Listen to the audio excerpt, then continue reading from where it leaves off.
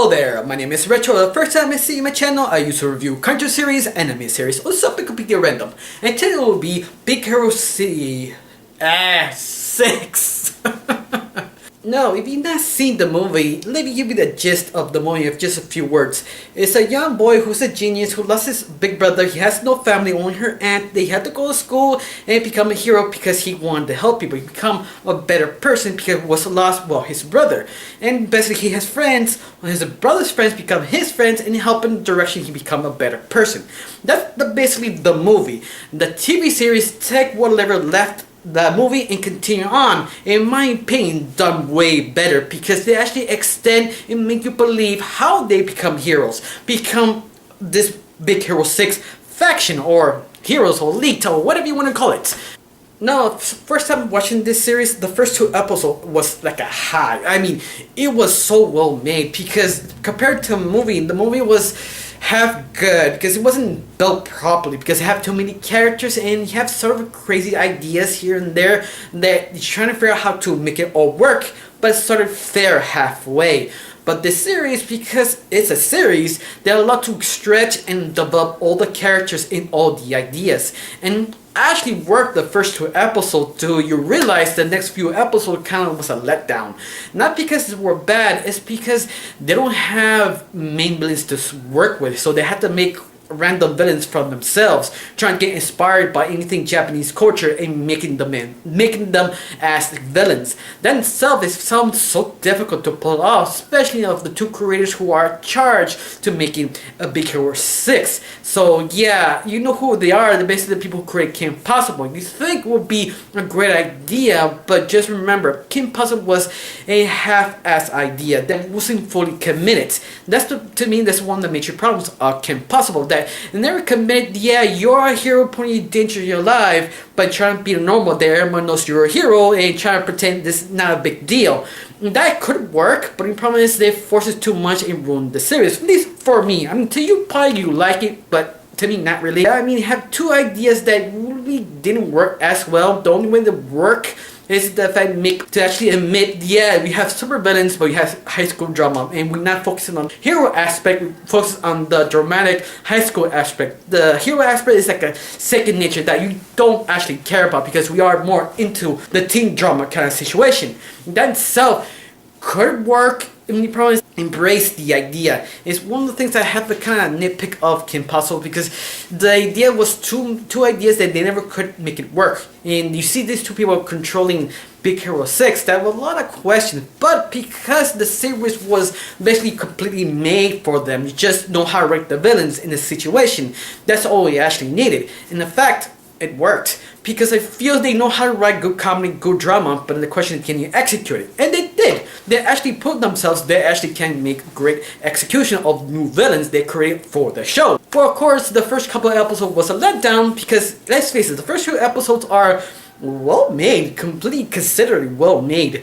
But the only problem is after that it dropped, but it got picked up later on because they just started building and building and building.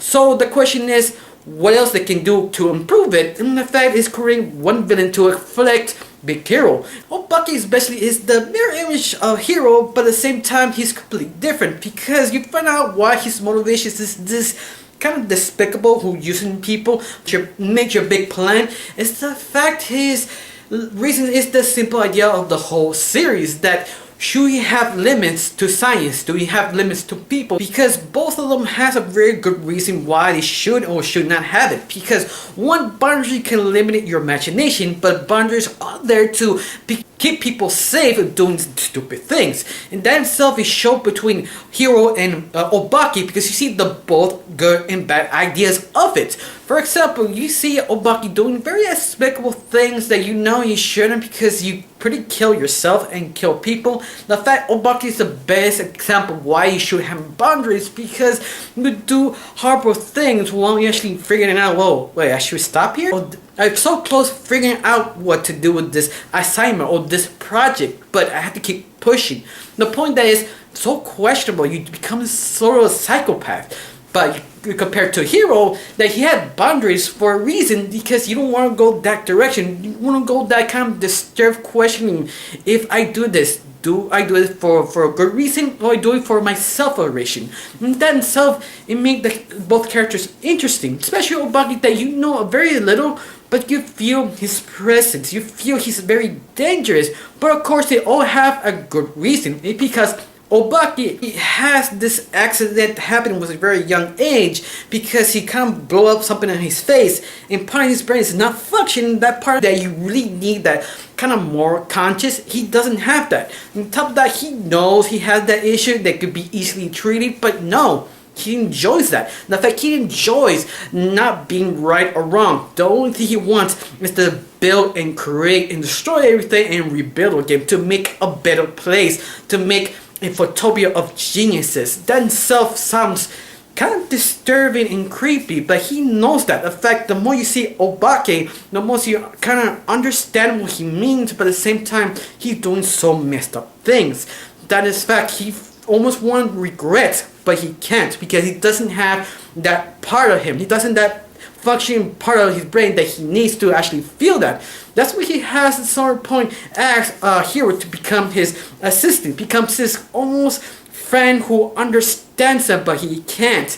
That in itself is kind of sad and almost disturbing in a way that you just want to see him be helped, but he chose not to. Better yet, die instead of getting help because while his idea, while his inspiration, there is no meaning or purpose. That in itself is a very interesting and complex villain that I'm so impressed because these are the same people who created Kim Possible. So yeah, I wasn't expecting them to create a very complex villain in very disturbed situations. That's not high disturbed, but the more you do, yeah, that's kind of a little disturbing and excessive.